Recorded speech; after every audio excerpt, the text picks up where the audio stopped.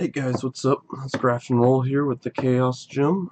Just got back from London yesterday. Slept for about 15 hours today thanks to the jet lag, and now that I have a moment to myself, I'm going to go ahead and make the video about the list that I played.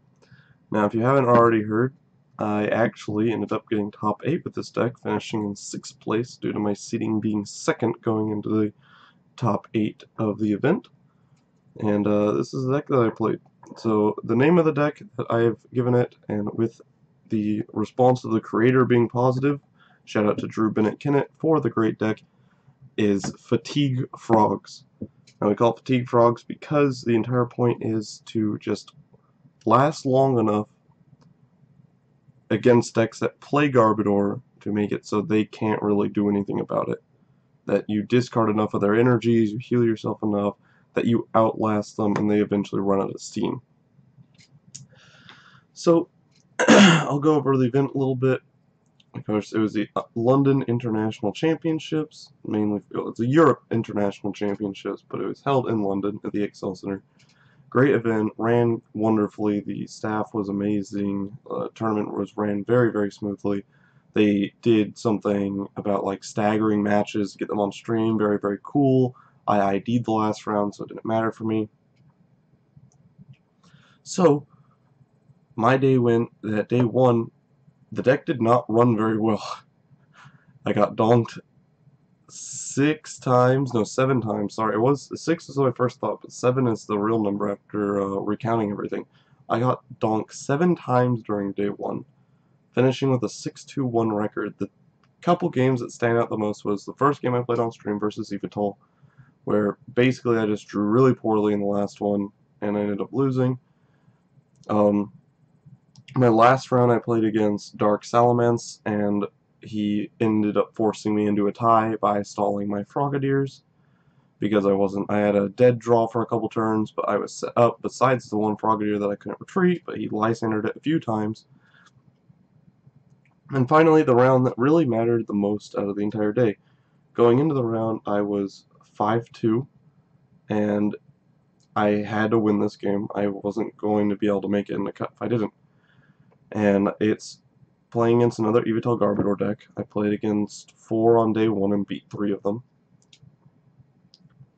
And the game is really close. She donks me the first game. The second game, I end up just winning because of how the deck works. And the third game is super, super close, but because she went first and everything, I fell behind. And eventually it got to the point where I was so far behind that I had to make a risky play. And when I ended her to 2, if she got an energy, I would be in a lot of trouble. When she killed one of my frogs. I brought up another Greninja, hit her for 80, she hit me for 70 after I discarded an energy off of her, and oh no, I didn't even discard an energy off of her. I think, no, this frog already had 70 damage on it, sorry. So I bring up the frog, she's at 80 damage, I hit her for another 80, she's at 160. She's at 1 prize card with 3 energies and a Fighting Fury Belt on Yveltal. All she has to do is use Ice Cyclone and she wins. But I bluff, I don't scoop, I just bluff that she doesn't have game. I go out, I hit her for 80, and I just kind of like start like acting like I'm ready for my next turn. Just let's go. She draws, and after about 10 seconds of sitting there, she announces Evil Ball. Hits me for 90, I live with 10 HP, I kill her, and I take my last 2 prizes of the game. I lost round 8, I shouldn't have even made it into the top cut, but I did because of a lapse on my opponent's judgment, and that's made all the difference. And that's why a lot of people say don't give up until it's actually over, because you never know what's going to happen. And, you know, that shouldn't happen 99 times, but that 1 out of 100 chance happened, and I made it to day 2. Day 2, I went in with 19 points. I knew I needed 31 to even try to make cut, and so I had to win 4 games. Day 2 I remember much more vividly. I played against Vespiquen without Garbodor. Beat it pretty handedly. Donked me one of the games, of course. Game 2, I play against Zygarde,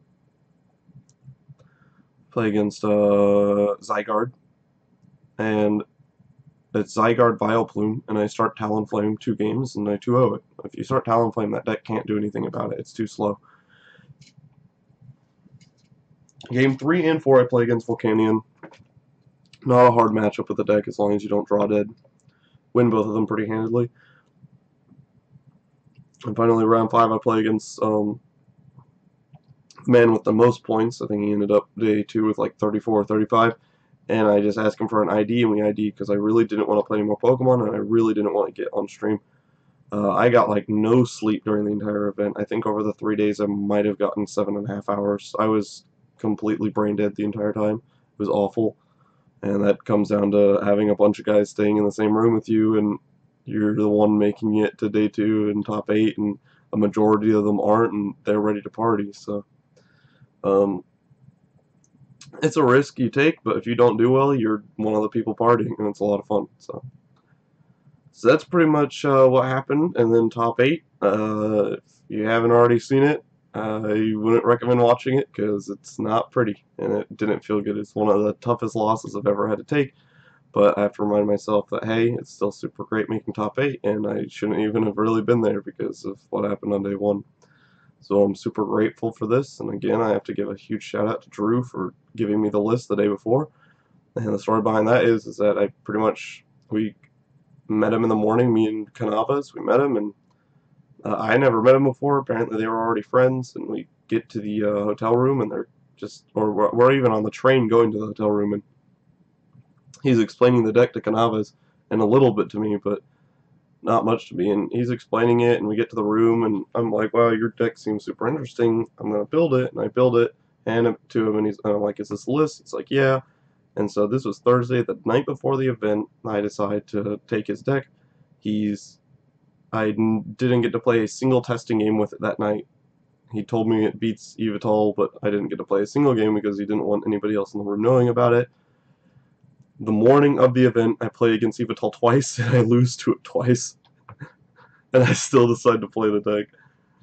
And it worked out phenomenally, so...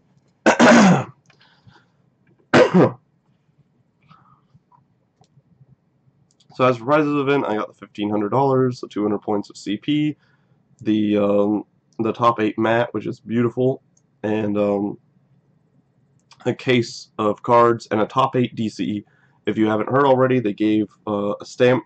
They gave a DCE as a promo card, but top 8 got a stamped one that said top 8 in little golden letters, and there's also a champion one. These things are going to be very valuable, most likely. There's not the same for the next IC because it's another playable, basically Worlds card, and they're like none in existence right now.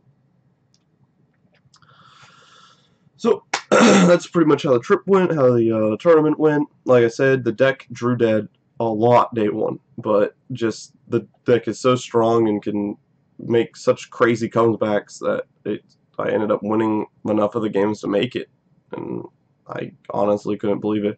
Day 2, the deck ran like hot fire, and I crushed anything that moved, and day 3, I had a really good game 1 and 2 really bad game 2 and 3s, and it's just what happens with this deck. Is I have to say this deck is high risk, high reward compared to other Greninja decks. The more, standard as it is with the 4 Froakies and no Talonflames, I think it sets up a lot more, but Talonflame's a really, really good card, and I don't think anybody should underestimate it. So let's go ahead and get into the deck review. I'll kind of go over the cards and how important they were, and what I would change. So the 4 Talonflame, I'll be honest, I wouldn't change a single Pokemon in this deck. I think this engine's amazing. It worked amazingly all day. For a long time I always preached that you play 2 Greninja Break and 1 Buddy Buddy. But the 3 breaks were great here. You're only playing the 1 Super Rod. They're great for the splash energy in the mirror, and that's what I was really worried about. You don't really want to play Buddy Buddy against the mirror because it lets them get like something back if they had to discard it early, and that can be the difference between a win and a loss. So the Pokemon I really want to change, and I'm not saying like don't make changes to the deck. Like this isn't the exact list that Drew and Michael Slutsky and Sammy Sosa all played. They were actually playing 3 Bursting Balloons and no Team Flare Gun, and playing 3 Faded Town and no Silent Lab. So I did make a couple changes. Ball Engine, 4 Dive Ball, 2 Ultra Ball. The first immediate question is why not Level Ball over Ultra Ball? It's because you're playing the Talonflames and the Hammers, And so against decks that aren't playing special energies, you want to be able to discard the hammers, along with always wanting to discard the Talonflames. Delinquent is in the format, so dropping cards can be bad, but I never actually ran into the issue. You just have to be a little bit careful. Don't overextend for no reason, kind of thing. 2 Enhanced Hammer. I think looking at the tournament as a whole, you can see that Enhanced Hammers were amazing during the entire event. Energy removal was so key in doing well at this event. There's just such limited trainer lock and so many decks that are using DCE and whatnot.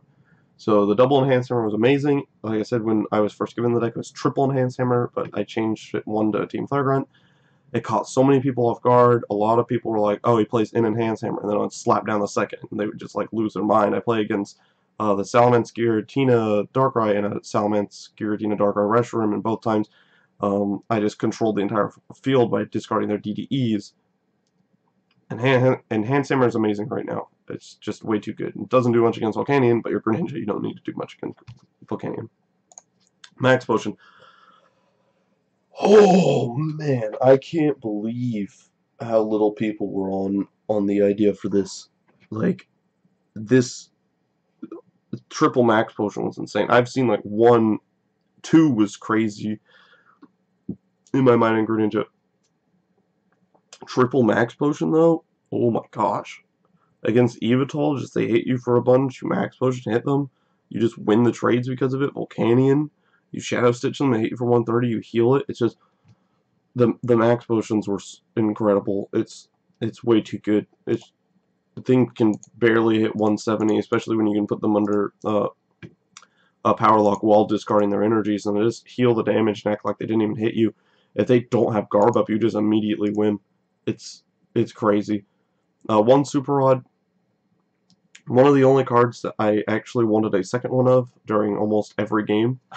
Honestly, I don't know where the spot would come from right away, but I would really recommend trying to find another spot for another Super Rod. The card's way too good in this deck when you have to discard things early, and with Force Sycamore you do every once in a while.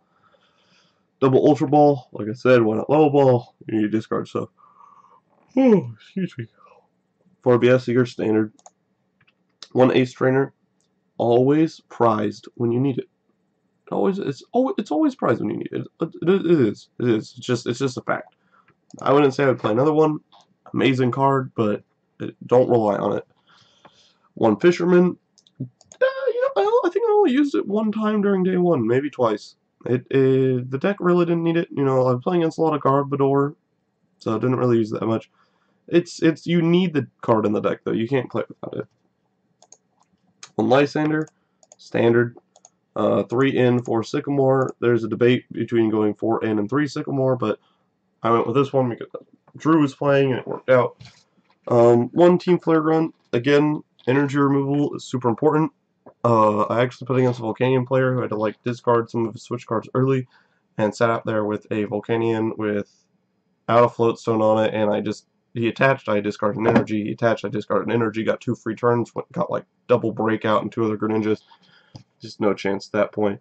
Card's amazing, especially, and against the Dragon decks or whatever. They bring up Yveltal, you go, Fright Knight or whatever, you just go Hammer, Flare Grunt, discard 3 energies off of them. They just have to sit there. Double Faded Town for the Mega decks. I only played against 2 Mega Gardevoir decks. I lost to one, and the other one actually was going to be a really, really close game, but my opponent played a Trainer's Mail, looked at the top 4 cards, took one, shuffled the other 3 into their discard pile, and got a game loss for it. I'm pretty sure I still would have won the game, but it made things a lot simpler on my end. 1 Silent Lab. I love Silent Lab and Frogs. There's no downside to it, and you really can get such huge advantage from this card. Against Volcanion, it's amazing. Anything that Shaman's early, it's just, this card is really, really useful if they can't counter it. Other than that, it's just 3 stadiums in general. You need to be able to get rid of the parallels. A lot of decks are only playing 2 parallel. 2 Bursting Balloon. Yeah, I would have liked to have a third one. It didn't work too many times, but you gotta remember that when you attach it, it makes them play the Lysander around it or anything. So even though it's not getting its effect off, it probably is doing more than it seems. Finally, we have the Energies Triple Splash 7 Waters. So the Triple Splash is obviously for Mirror. It's just you keep recycling all your Greninjas. It's pretty hard to lose. So this is the deck. I again named it Fatigue Frogs. I think it fits very, very well. I owe a huge debt of gratitude to the deck and to Drew. It is something that I'm going to be looking to play at Dallas, but I'll probably make a couple changes to it. If anybody has any questions about the deck or anything, let me know.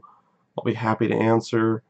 I will be having a stream later this week. When I am a little sick right now. If you could hear it in the video, my voice sounds a little different. So when I'm feeling better from all the jet lag and the travel sickness, I will be having a stream. I'll be playing the deck some and just talking about whatever. Thank you to all the fans and everybody who congratulated me or wished me good luck going into the tournament. And I think that's pretty much it. So thank you guys so much for watching. Leave a like, leave a subscribe, and follow us on our other things. I'll have the Twitch page in the description below, and go to our Facebook, leave us a like. I always post something when I'm streaming if you want to keep up with us. And I thank you so much for watching the video, and good night.